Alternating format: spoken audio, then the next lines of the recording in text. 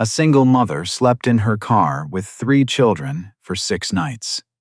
She did not call the police, knowing that the flashing red and blue lights would only bring questions she could not answer, and she did not call a shelter, well aware that their doors were already locked against the overflowing tide of the city's forgotten souls. She did not call anyone at all, wrapping her pride and her terror in a heavy, protective blanket of absolute silence. On the 7th night, beneath the flickering, pale yellow floodlight of a small church parking lot on Lamar Avenue, a Billionaire's driver stepped out of a pristine black Escalade and knocked gently on her fogged-up window. But it was not for the reason she expected, and it was not an act of simple, fleeting charity.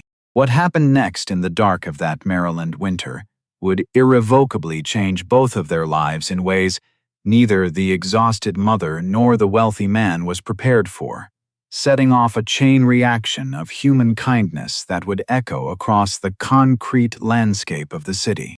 Coretta Vance was 36 years old, a woman whose entire existence was measured by the ticking of a time clock and the thin margin between survival and catastrophe. She worked as a certified nursing assistant at Aegis Living, an upscale senior care facility nestled deep within the wealthy, manicured suburbs of Baltimore, Maryland, where the grass was kept perfectly green and the realities of poverty were never allowed to cross the threshold. 5 days a week, without exception, her worn leather shoes pressed against the immaculate linoleum floors as she clocked in at exactly 7 in the morning. For the next 8 grueling hours, she operated within a world of deep contrast, changing heavy adult diapers, lifting elderly patients twice her own physical weight, and rubbing lavender lotion into frail, paper-thin hands that had forgotten how to hold things. She spoke softly, with infinite patience, to wealthy people whose own families had long stopped visiting, becoming the only source of warmth in their final, isolated days. For this monumentally heavy emotional and physical labor, Coretta earned exactly $15, $25 an hour. There were no benefits, no health insurance, no overtime pay, and absolutely no sick days she could actually afford to take, because missing a single shift meant a 0 on her paycheck, and a 0 meant the end of the fragile world she maintained for her family. She had 3 children, and they were the sun around which her entire universe revolved, the sole reason she kept her spine straight against the weight of the world. Her oldest son was 10 years old, a quiet, watchful boy who had grown up much too fast, possessing the kind of heavy, analytical eyes that noticed things other children his age never did. He was a boy who had learned to read the subtle, micro-expressions on his mother's face, instantly knowing when she skipped dinner and claimed she was not hungry because there was only enough food for 3 plates. He knew the precise stillness that took over her body when she checked her phone, a quiet freezing that meant a bill was long overdue and the bank account was completely drained. The boy carried an unspoken silence that acted as a shield for his family, never asking for toys, never complaining, understanding early that his own desires were luxuries they could not afford. Her daughter was 7, a vibrant girl who drew constantly on any scrap of paper she could scavenge, from the backs of old grocery receipts to discarded flyers. She drew butterflies, bright houses with steeples, and families standing in sprawling front yards with trees that looked like lollipops, painting a colorful reality that stood in stark contrast to their own life.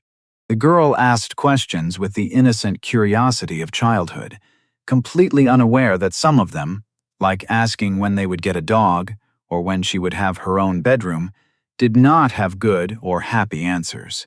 Her youngest son was only 3 years old, a boy who laughed loudly at everything, cried hard when he was hurt, and forgave instantly. He had absolutely no idea what was happening in the fractured world around him, and Coretta intended to keep it that way, protecting his innocence like a precious flame for as long as she possibly could. Their father had walked away when the youngest was just 4 months old, leaving a note saying the financial pressure was too much and he needed space to find himself. He never came back, and Coretta did not waste a single drop of energy hating him, because hate required time, and time was a currency she simply did not possess. The fragile foundation of their lives broke completely on a cold Tuesday afternoon. Coretta found the neon orange eviction notice taped to her apartment door when she got home from an exhausting 12-hour double shift at the care facility.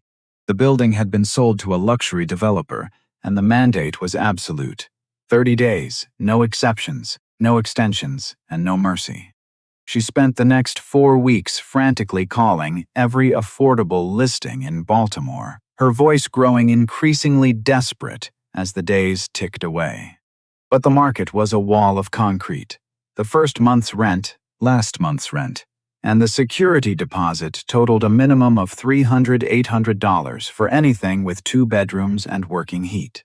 She looked at her banking app, the numbers glaring back at her in the dark. Exactly $287.40. There was no one left to borrow from, no safety net to catch her, and no phone calls left to make. On the very last day of the month, as the winter wind began to howl through the streets, she packed what she could fit into her 2007 Toyota Camry. The car was a relic of survival itself, its odometer showing 194, 200 miles, deep pockets of brown rust eating away at the wheel wells, and a long, jagged crack spanning 12 inches across the windshield. She folded the back seats down flat, laying out a thin, frayed blanket over the hard plastic trunk lining. 3 small backpacks, a single bag of cheap snacks from Dollar General, granola bars, juice boxes, baby wipes, and 1 change of clothes for each child. That aging sedan became their entire home. Even as her life collapsed into the tight confines of a 4-door sedan, Coretta's uniform remained immaculate. Her blue scrubs still carried the faint, soothing scent of the lavender lotion she rubbed into the hands of wealthy patients every morning at Aegis Living.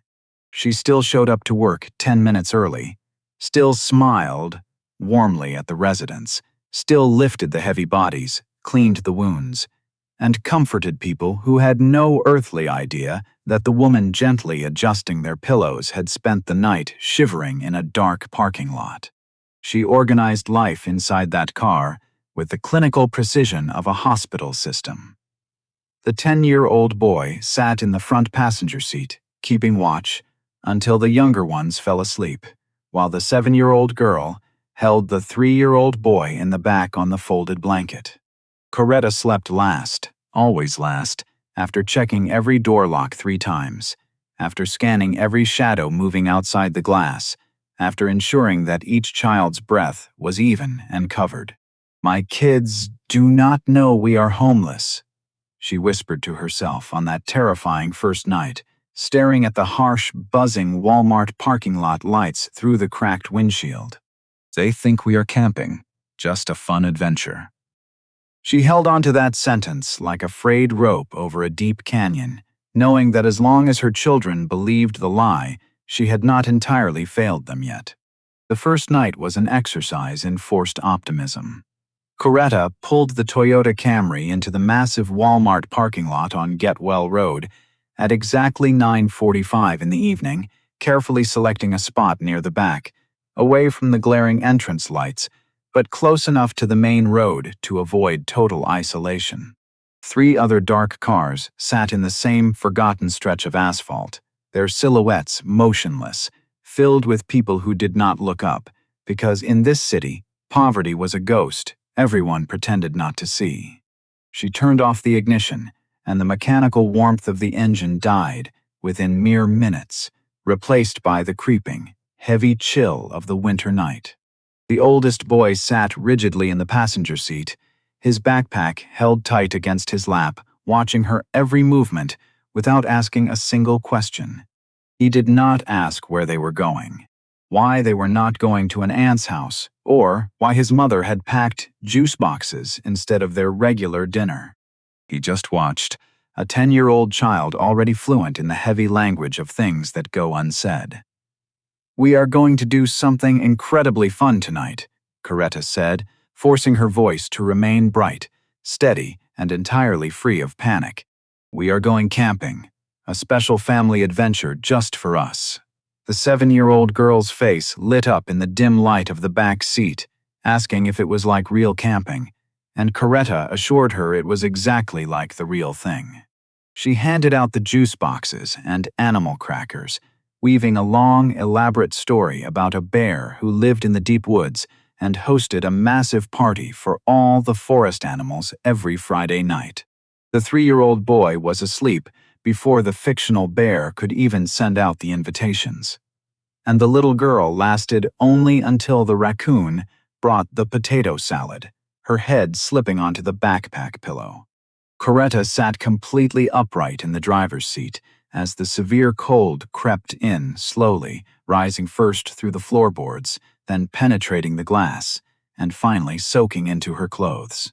She pulled her thin jacket tighter around her chest, locked the doors again, checked the side mirrors, and did not close her eyes. Beside her, the oldest boy remained awake, staring out into the dark lot at nothing at all. After a long, heavy silence, he turned his face toward her. "Mom," he whispered quietly, so as not to wake the little ones, "this is a really nice camping spot." He knew the truth and she knew he knew it, but neither of them said the words out loud. Night one ended with Coretta watching the parking lot lights flicker against the dark sky, repeating the silent mantra that they would figure it out tomorrow. But the second night arrived, with a sharper drop in temperature, dropping the air inside the vehicle down to a freezing 38 degrees. The routine was the same, the bright voice was the same. But at 2 in the morning, the 3-year-old boy woke up, shivering, crying the deep, painful cry of a child whose bones are cold. Coretta did not hesitate. She took off her only jacket, a thin navy blue puffer she had purchased at a Goodwill 3 winters ago, and wrapped it tightly around his small body until he looked like a secure blue cocoon. The shivering stopped, his breathing slowed, and he found sleep again against the worn fabric. Coretta sat in the driver's seat in nothing but her thin cotton scrub top, with no jacket and no blanket, shivering violently until her jaw ached and her teeth clicked together in the dark.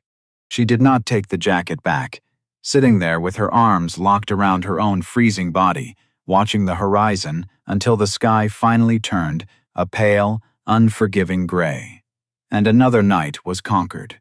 By the third night, the fragile illusions supporting Coretta's survival system began to fracture under the heavy weight of reality. She had pulled the Toyota Camry into the same familiar stretch of asphalt at the Getwell Road, Walmart lot, repeating the practiced, airtight routine with her bright, steady storytelling voice to lull the younger ones into their fragile sleep. The children had drifted off by 9:30. Their small bodies nestled together under the fleece throw, leaving Coretta alone with her thoughts and the creeping cold.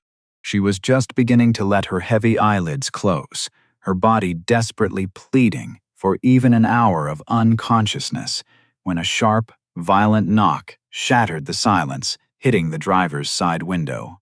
Her hand flew to the gear shift instinctively, a jolt of pure adrenaline flooding her veins in a primal fight-or-flight response, except there was absolutely nowhere to fly. Outside the glass stood a uniformed security guard, his heavy industrial flashlight angled low, cutting through the thick condensation on the window. "Ma'am, you cannot sleep here, store policy," he announced, his voice muffled but carrying an absolute lack of compromise. "I am going to need you to move along right now." Coretta's heart hammered against her ribs like a trapped bird as she glanced at the back seat, her hands trembling against the steering wheel. The 3-year-old boy stirred slightly but remained asleep, while the 7-year-old girl shifted uneasily under the thin blanket. "Please," Coretta whispered, lowering the window just a fraction of an inch, her voice cracking with a raw vulnerability she never showed at work. "My kids are sleeping. We are not bothering anyone, and we will be gone first thing in the morning before the store even opens." The guard shone his light briefly toward the back seat, and for a fleeting second, something like discomfort or mild sympathy flickered across his face. But the rigid corporate protocol he operated under quickly hardened his expression. "I am sorry, ma'am, but I don't make the rules. And these types of situations are standard protocol," he said, using those polite yet tan-none words designed to isolate people like her. "You need to move the vehicle now."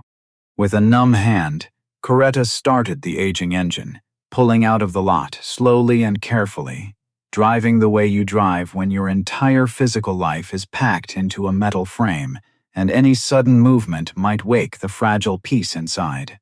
She drove through the empty, unforgiving streets of Baltimore at 2:00 in the morning, passing closed gas stations, abandoned industrial storefronts, and dark intersections that offered no shelter. Eventually, she found a small, dimly lit church parking lot on Lamar Avenue, where a weather-worn sign out front read, "All are welcome," and she desperately prayed that the statement extended to a mother with nowhere else to go. She parked in the darkest corner, turned off the ignition, and performed her checks, only to hear a small, heavy voice rise from the front passenger seat. "It's okay, Mom. I am not scared," the 10-year-old boy whispered, his eyes wide and completely clear in the dark.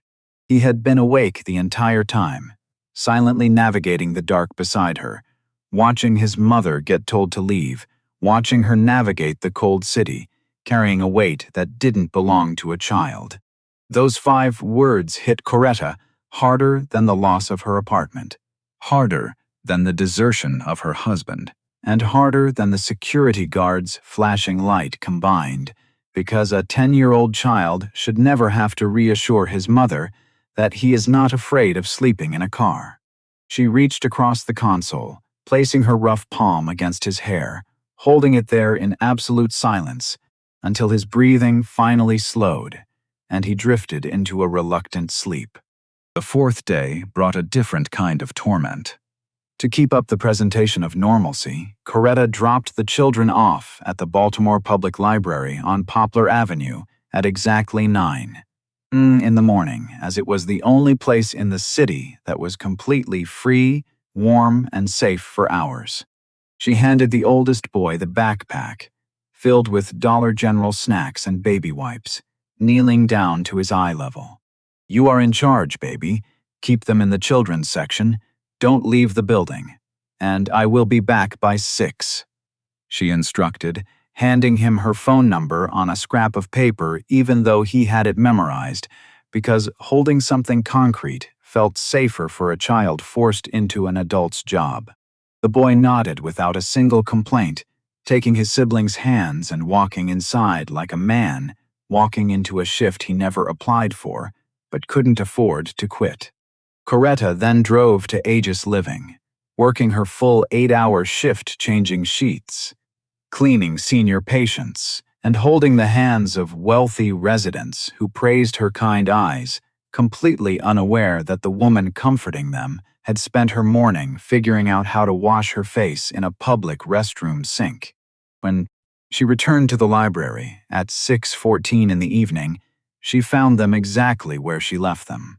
The 7-year-old girl asleep over a picture book, the 3-year-old boy clinging to an empty sippy cup, with a heavy, unchanged diaper because the oldest boy didn't have supplies and refused to ask a stranger for help. "We're fine, Mom," the oldest boy said, using that heavy word children use when they realize the truth is something the adults around them are already too broken to handle. On the 5th night, the system snapped completely. Coretta looked at her banking app after buying a small gallon of milk for the youngest. She had exactly $8.40 left until payday, and the Toyota Camry was running on absolute fumes. She pulled into a desolate gas station on Summer Avenue, staring at the pump for 4 agonizing minutes as she did the math that had no good answer. $8.40 of gas would get her to her nursing shifts for 2 days, but $8.40 of milk and diapers would keep her youngest son fed and clean. There was no version of this equation where everyone won. She bought the milk, choosing her children over the machine. At 11. That night, the consequences of that math caught up to her. Just 2 blocks away from the church parking lot on Lamar Avenue, the Camry's engine coughed violently once, lost all power, and went entirely silent, as if the car itself had held on as long as it possibly could and had finally decided it was done. Coretta sat in the freezing dark, her hands frozen to the steering wheel, 3 children asleep in the back. The absolute desolation of the moment threatened to crush her, but she refused to sit there and wait for a police cruiser to find them. She stepped out into the biting winter air, walked to the rear of the vehicle, placed her flat palms against the cold, rusted metal of the trunk, and began to push. A Toyota Camry weighs roughly 300 pounds, and Coretta weighed exactly 138 pounds. She pushed anyway, putting one foot in front of the other, her breath coming out in thick white clouds, her leg muscles burning, and her teeth clenched against an exhaustion that lived far deeper than muscle tissue. Suddenly, she heard the soft click of the passenger door, followed by small footsteps on the cold asphalt. The 10-year-old boy, weighing barely 62 pounds, stood silently beside her in the dark, pressing his small hands against the cold metal trunk next to hers. Neither of them spoke a single word. Some things are simply too heavy for language. Together, the mother and her child pushed that massive, dead weight 200 meters down the dark stretch of Lamar Avenue until they finally rolled into the church parking lot, where Coretta slammed the heavy lever into park. The 6th night was the breaking point of her spirit. While her children slept, Coretta sat in the dark driver's seat and used her remaining phone battery to make 3 desperate calls to the city's emergency networks. The Baltimore Family Shelter on Poplar was completely full, citing a 3-month wait list. Safe Haven on Union Avenue was full, telling her the wait was 6 to 8 weeks before giving her a useless hotline number. Covenant House was full, and when the intake worker asked if she had a safe place to sleep tonight, Coretta lied and said yes, because saying no meant they might notify child services, and losing her children was the one outcome she would not survive. With her hands shaking violently, she dialed one last number, her final thread to the world. Her older sister, Lydia. Lydia answered on the 4th ring, her voice heavy with sleep. Coretta opened her mouth, but nothing came out. At first, the pride in her throat choking her. Finally, like a criminal confession she had held inside for 6 torturous days, she whispered, "Lyd, I need help. We don't have anywhere to go. I've been sleeping in the car with the kids." A long, terrible silence stretched across the phone line. A silence that told Coretta everything before the words even arrived. "Tam," Lydia said, her voice cracking with her own financial despair. "I can't take 4 more people. I'm barely making it myself in this 1-bedroom apartment, and I'm already behind on my own rent. I want to help you. I just don't have the room." It wasn't cruelty or indifference. It was simply a woman drowning in 4 feet of water, telling another woman drowning in 5 that she could not pull her out without going under herself. Coretta quietly said she understood, told her it was okay, and hung up the phone. The car was completely silent except for the slow breathing of her children and the distant hum of a wealthy city that didn't know she existed. For the first time in 6 nights, Coretta Vance broke down and cried, but she could not cry out loud. If she made a single sound, the oldest boy would wake up, and if he saw her, he would know that the camping trip was an absolute lie and his mother had no plan. So, she cried through her breathing, taking long, slow, controlled gasps of air, her chest shaking violently, her jaw locked tight, and her hands gripping the steering wheel until her knuckles turned white. She cried in absolute, agonizing silence for exactly 11 minutes, then stopped. She wiped her face rough with the back of her sleeve, checked her mirrors, locked the doors again, and looked at her children, still sleeping, still believing in a camping trip that never existed. Night 6 ended, and Coretta knew that in a few hours she would have to wake up, wash her scrubs in a public sink, and show up at Aegis Living at 7:00 in the morning to take care of other people's families, because that is what she did, even when nobody showed up for her. Exactly 200 miles away from that desolate, freezing church parking lot on Lamar Avenue, in a sprawling penthouse on the 42nd floor of a gleaming glass tower overlooking downtown Atlanta, a man named Alistair Thorne sat in an office that most people would call beautiful and felt absolutely nothing. He was 53 years old, the CEO of Thorne Investment Group, a luxury real estate investment firm valued at $4.6 billion. He owned commercial properties in 12 states, affordable housing developments in 6 major cities, and 2 boutique hotels that travel magazines wrote about using words like exclusive and visionary. His face had been on the cover of prominent business magazines twice. His name appeared on global wealth lists annually, and his signature on a contract could rearrange the skyline of an American city. Yet, none of it had meant a single thing to him in 3 long, agonizing years. Alistair had grown up on the brutal south side of Chicago, in a cramped 2-bedroom apartment on 63rd Street that smelled permanently of palm oil, bleach, and the particular exhaustion of a woman working 2 jobs just to keep 1 child alive.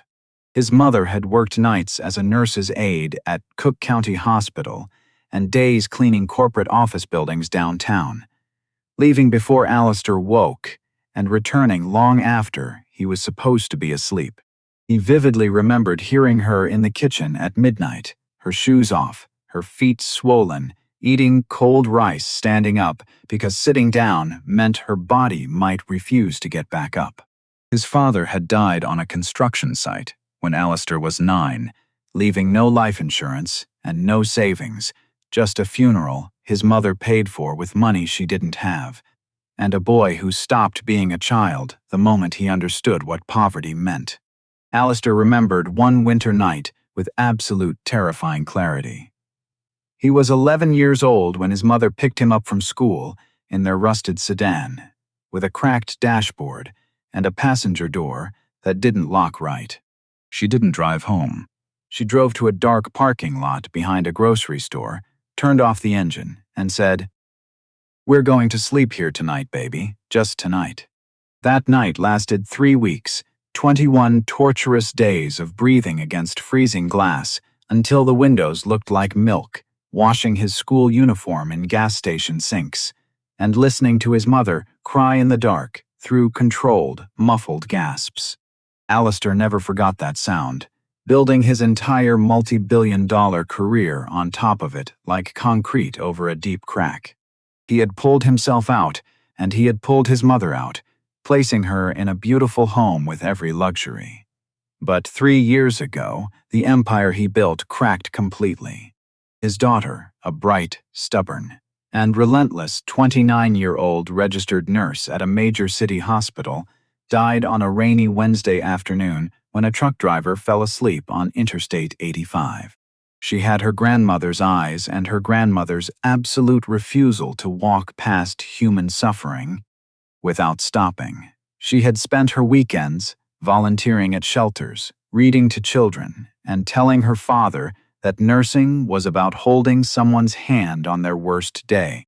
After her death, Alistair built 2 massive homeless shelters in her name, signing the checks and attending the ribbon cuttings. But he never once stepped inside either building, running from the pain, moving money toward suffering without ever looking at it directly. His driver, Gideon Brooks, was the only person who saw through the corporate wall. Gideon was 62 years old, a former Marine who had served 2 tours in Iraq, come home to a country with no place for him, and spent 8 brutal months sleeping in a van behind a gas station before Alistair hired him. Gideon didn't talk much, but when he spoke, it was the blunt, unhurried truth of a man who had already lost everything once. He had watched Alistair avoid his own shelters for 3 years, signing checks and skipping visits, waiting for the moment his billionaire boss would finally stop running. The trip to Baltimore was supposed to be routine. Alistair flew in on a Tuesday evening to inspect a mixed-use development project. 48 affordable housing units sitting above a ground-floor grocery store, the kind of project that looked excellent in annual reports while still turning a comfortable 7% profit. Gideon picked him up at the airport in a black Escalade, and Alistair immediately buried his face in his phone, ignoring the dark streets rolling past unnoticed. They finished the site visit by 9, and Alistair ordered Gideon to go straight to the hotel. But Gideon took a different route, pulling into a Shell station on Lamar Avenue under the pretense of needing fuel. Gideon got out, swiped his card, and then stood perfectly still, staring across the street at a small church parking lot where a sign read, "All are welcome." A rusted Toyota Camry sat under a single pale yellow floodlight, its windows completely fogged from the inside with thick condensation. Gideon knew that milk like fog instantly. He had made that fog himself during his 8 months in a van. He crossed the dark street slowly, approaching the vehicle like something fragile, and through the glass he saw the unmistakable shapes of 3 small children and a woman in nurse scrubs sitting perfectly upright in the driver's seat. Gideon knocked gently twice, causing Coretta to flinch violently, and thrust her hand toward the gearshift, her body twisting to shield the children behind her. Gideon stepped back, raising both hands with open palms, showing he was no threat to a mother who had every reason to be terrified. Coretta wiped a small circle on the glass with her sleeve and cracked the window a fraction of an inch, her voice automatic and rough. "I'm not bothering anyone. We'll be gone in the morning." Gideon looked at her with quiet, knowing eyes and asked how long they had been out here. Coretta's jaw tightened as she gave her standard defense. "We are fine." "I didn't ask if you're fine. I asked how long," Gideon replied quietly, his voice carrying the weight of a man who already knew the answer. After a long silence, Coretta whispered, 6 nights. Gideon looked at the 3 small shapes in the back, nodded once, and walked back across the street. He opened the rear door of the Escalade, where Alistair was still scrolling through emails, and said steadily, "There's a woman in that car with 3 kids. She's wearing nurse scrubs, and she's been out here 6 nights. Alistair's thumb froze over the screen. He looked up, his face an unreadable mask he spent decades perfecting, and asked, "What do you want me to do about it?" "I don't want you to do anything. I'm telling you what's there," Gideon replied, closing the door and starting the engine. As the Escalade sat idling, Alistair stared at the distant Camry through the tinted glass, feeling a suffocating tightness press against the walls of his heart, a wave of memories flooding his mind, his mother Folake in the rusted Oldsmobile, and his late daughter's voice echoing in his ears. "Dad, you don't have to fix it, you just have to show up." Alistair opened his door, the damp, biting Baltimore winter air hitting his face immediately. His handmade Italian leather shoes touched the cracked, oil-stained asphalt as he crossed the street, each step heavier than the last. He reached the Camry, stood where Gideon had stood, and knocked on the window. Coretta looked out, her expression shifting from weariness to confusion as she cracked the window that same single inch. Alistair didn't reach for his wallet or introduce himself as a powerful billionaire CEO. Instead, he said the only thing that felt true enough to say to a mother sleeping in a car. "My mother was a nurse, too, a CNA at Cook County Hospital in Chicago, and she worked nights." Coretta blinked, completely disarmed. Alistair continued, his voice low and unhurried. "She raised me alone after my father died. And there was a stretch when I was 11 where we slept in her car for 3 weeks, in a grocery store parking lot. She told me it was just for 1 night, but it wasn't." Coretta stared at him, her hand loosening its grip on the window crank, recognizing the profound absence of threat. "Why are you telling me this?" she asked quietly. "Because I heard you've been out here 6 nights, Alistair said, "and I know what night 7 feels like when there's no night 8 planned." He reached into his coat and held out a thick business card against the glass. There's a hotel room booked for tonight at the Renaissance Harbor Place, 2 beds. It's already paid for, and your name is at the front desk. Take your children somewhere warm, sleep in a real bed, and tomorrow we can talk about what happens next. Or, you can throw this card away and I'll never return. Your choice, no conditions, no strings.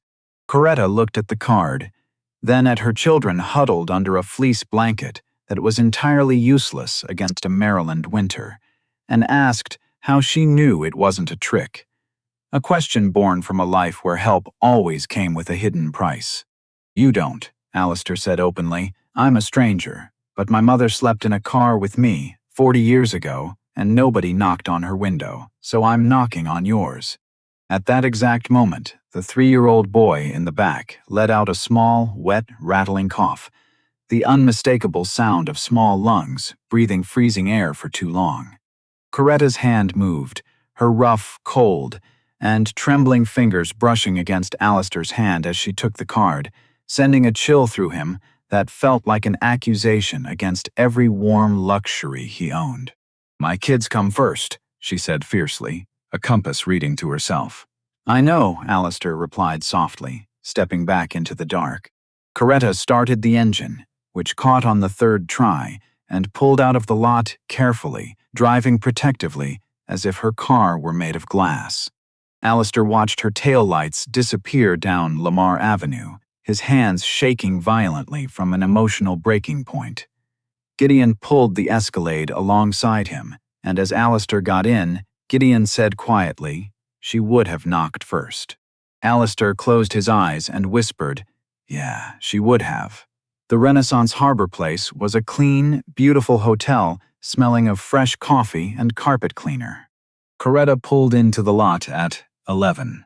14 carried her warm, limp youngest son inside, while her 7-year-old girl stumbled out clutching the fleece blanket, and the 10-year-old boy followed silently with the backpack. The receptionist found the reservation instantly. Okafor, 2 queen beds, prepaid, and handed over the key cards. When Coretta opened the door to room 412, she stood frozen in the doorway. There were 2 beds with pristine white sheets, pillows that weren't backpacks, a heater humming warm air through the ceiling vent, and a real bathroom with soap and towels. The little girl ran into the bathroom, shouting in wonder that there was real soap, not the gas station kind, while the youngest boy crawled on to the nearest mattress, his muscles letting go all at once as he sank into the deep comfort and fell asleep in 30 seconds. The 10-year-old boy walked in last, set his backpack down, looked at the warm room, and then sat down directly on the floor with his back against the bed, his knees pulled up to his chest, and he cried. He cried without a single sound, tears running down his face in 2 quiet lines as his shoulders shook. 6 nights of forced bravery, finally finding a safe enough place to end. Coretta sat down on the floor beside him, pulling him close into her arms in absolute silence, finally admitting they needed holding, acknowledging that the painful lie of the camping trip was officially over. Outside in the lot, Gideon called Alistair, reporting that the kids were inside and warm. And in his own luxury hotel room 12 blocks away, the Billionaire CEO sat on the edge of his bed and wept, a raw, gut-wrenching sound he hadn't made in 3 years, completely broken open by his daughter's memory and the realization that strength was about finally showing up. Oi 4. The Symmetrical Ruin and New Horizon. Nội dung: Cuộc đối thoại chân thực tại phòng khách sạn. Alistair trao cho Coretta chiếc phao cứu sinh Ginty ngày để xây dựng lại nền móng cuộc đời. Hành trình học tập điên cuồng để lấy chứng chỉ LPN. Sự tiếp nối của lòng tốt khi Coretta cứu mang người mẹ trẻ Ketera dưới hành lang. Cuộc đối diện của Alistair tại mái ấm mang tên con gái. Sự trưởng thành của những đứa trẻ và cái kết kích thích bình luận trên YouTube. Alistair arrived at the Renaissance Harbor Place at exactly 9:00 the next morning, carrying 2 cups of hot coffee and a white pastry bag from a small bakery on Beale Street. Inside the bag were fresh muffins, warm croissants, and a chocolate chip cookie the size of a child's face, a specific item he had chosen because he knew a 7-year-old girl would find it completely extraordinary. He was right. The little girl held the massive cookie with both hands, staring at it as if it contained the deepest secrets of the universe. Coretta opened the door wearing the exact same blue scrubs from the night before.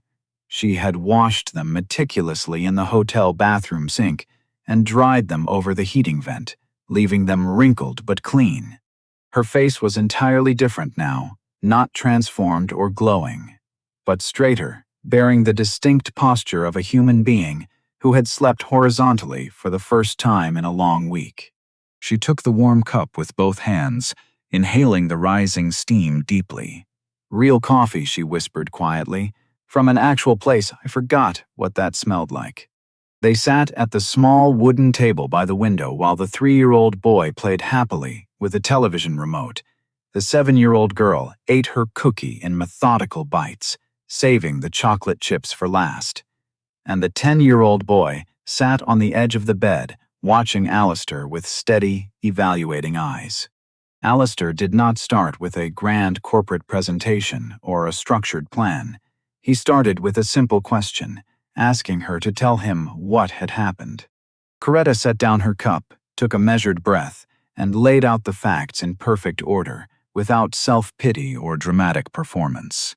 She told him about the landlord selling the building, the 30-day notice, the impossible math of $15, $25 an hour versus a $3,800 move-in cost, the $287.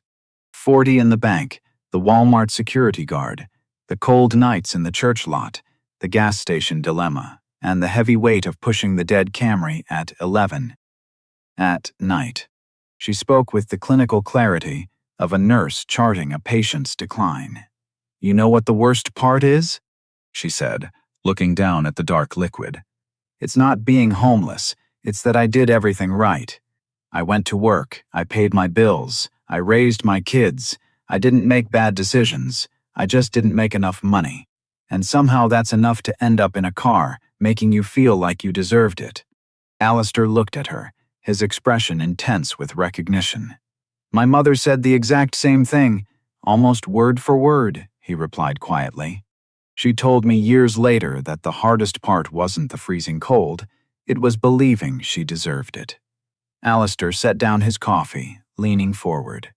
"I'm going to say something, and I want you to hear all of it before you respond," he said. "I'm not offering you money, I'm not offering you a handout. And I'm not trying to save you, because you don't need saving. You need a foundation, something solid to stand on so you can start building again. Here is what I can offer. 90 days. An apartment in one of the affordable housing units my company manages right here, subsidized, not free. Childcare, through a certified program we partner with, so you never have to leave your children in a public library again. And time to finish your LPN certification. You are a CNA making $15, $25 an hour, but LPNs in this city start around $24 or $25 an hour with full benefits. There are accelerated 12-week programs, and you are already halfway qualified. You just need the physical space to finish. I am not giving you a new life, Coretta. I'm giving you 90 days to build one, and what you do with it is entirely up to you." Coretta stared at him, her throat moving as tears spilled over, asking why, out of all the people sleeping in cars, he chose her. "Because my mother was you 40 years ago," Alistair said, looking at the children, "and nobody knocked on her window, so it took her years to get out, years my childhood didn't have to lose. And because my late daughter would have been the first person to cross the street last night. She would have knocked before Gideon did, and she's not here to do it, so I am doing it for her." Coretta's voice broke as she repeated her life's only rule. "My kids come first. They always come first." "I know," Alistair said. "That's exactly why I'm here." The new apartment was on the second floor of a building called Parkway Commons on South 3rd Street. It had 2 bedrooms, basic laminate floors, a kitchen with a stove that worked, and a refrigerator that hummed quietly. It wasn't beautiful. The carpets were standard builder grade, and the countertops were plain. But it had a heavy lock on the front door, warm heat coming through the vents, and solid walls that did not move. The 7-year-old girl ran to the kitchen, turning the faucet on and off 3 times, shouting into disbelief that the water actually worked like a certified miracle. The 10-year-old boy stood at the door of the smaller bedroom, looking at the empty space, before turning to his mother to ask if it was truly his. When she nodded, he walked inside and closed the door gently, a careful, deliberate close that marked the first privacy of his young life. Coretta heard him crying softly through the wood, the quiet way he always cried, and though her hand reached for the doorknob, she stepped back, letting her son have a door that closed, because a 10-year-old boy shouldn't have to be brave every single second of every single day. The next morning, Coretta enrolled in the LPN accelerated program at the local community college, balancing classes 3 evenings a week and clinical rotations on Saturdays, with her regular CNA shifts from 7:00 to 3. She came home, made dinner, helped with homework, bathed the little ones, and then studied at the kitchen table until 2 in the morning, memorizing medication dosages while her coffee grew cold. Gideon Brooks showed up in the Escalade every single morning at 7:45 without being asked, safely driving the children to school and daycare in a routine built entirely on dignity. Coretta was completely exhausted. But it was a different kind of exhaustion, the kind that comes from building something instead of just surviving.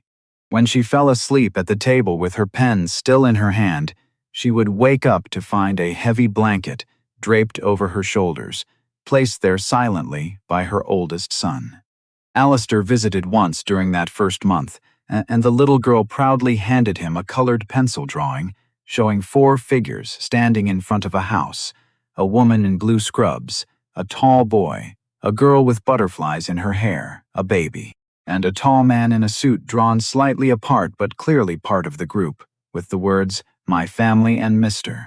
Alistair," written at the top.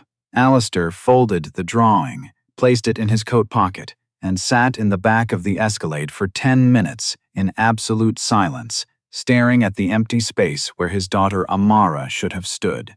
6 weeks into the program, Coretta was maintaining scores in the top 10%. Coming home late on a Tuesday evening, she found a young woman, barely 28, sitting on the cold hallway floor outside an apartment 1 floor below hers. The woman had 2 children with her, a 4-year-old boy, holding a stuffed bear with a missing arm, and an 8-month-old baby girl sleeping in a car seat on the floor. The woman's eyes were red, her face bearing that exact, guarded look Coretta recognized instantly. "We're fine," the woman said automatically. Coretta sat directly down on the cheap carpet beside her, placing her back against the wall. "I didn't ask if you're fine," Coretta said gently, introducing herself and asking for her name.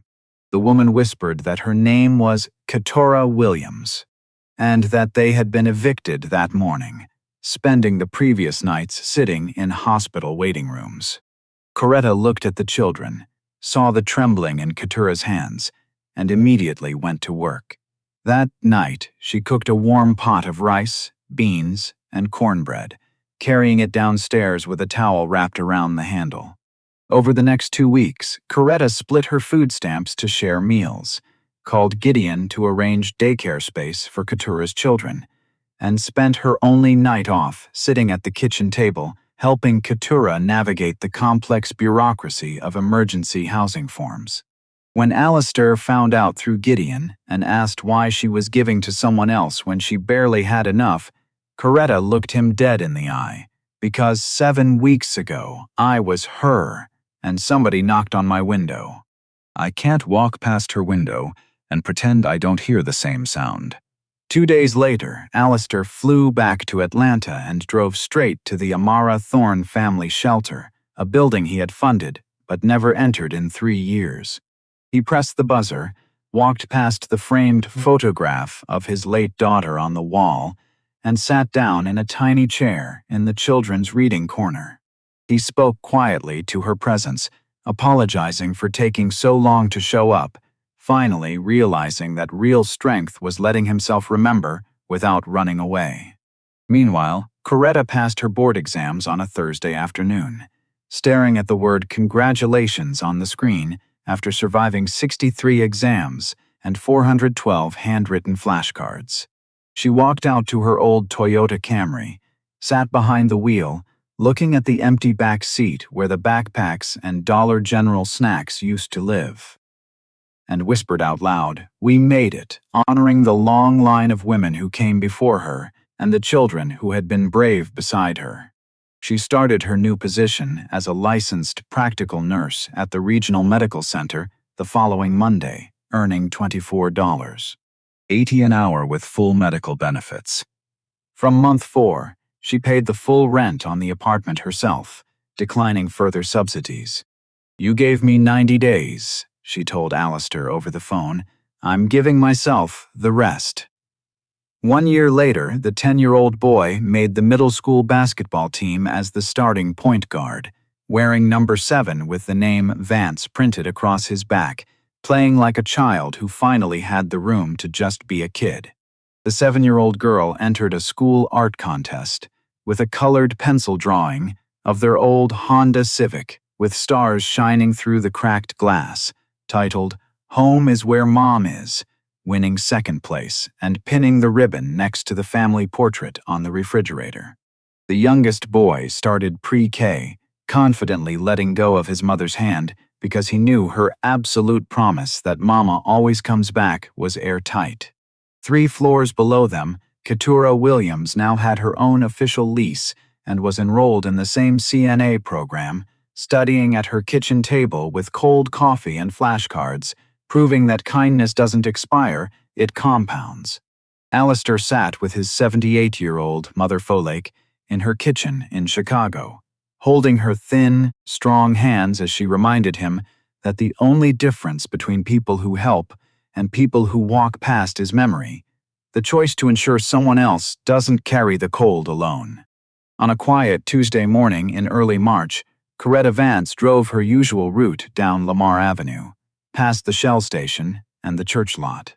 She slowed down as she spotted an old sedan parked alone under the floodlight, its windows completely fogged from the inside with thick milk-like condensation. Coretta pulled over, stepped out into the crisp morning air in her clean scrubs, with her LPN badge clipped to her chest, walked across the dark asphalt, reached the vehicle, raised her steady hand, and knocked. Coretta Vance did everything right. She worked hard, stayed away from drugs, and poured her soul into her family. Yet a single corporate real estate transaction was enough to force her and 3 children into a rusted sedan for 6 freezing nights. In a modern society that claims hard work guarantees stability, is homelessness a failure of personal economics, or is it a symptom of a broken systemic equation where human dignity is simply left off the ledger?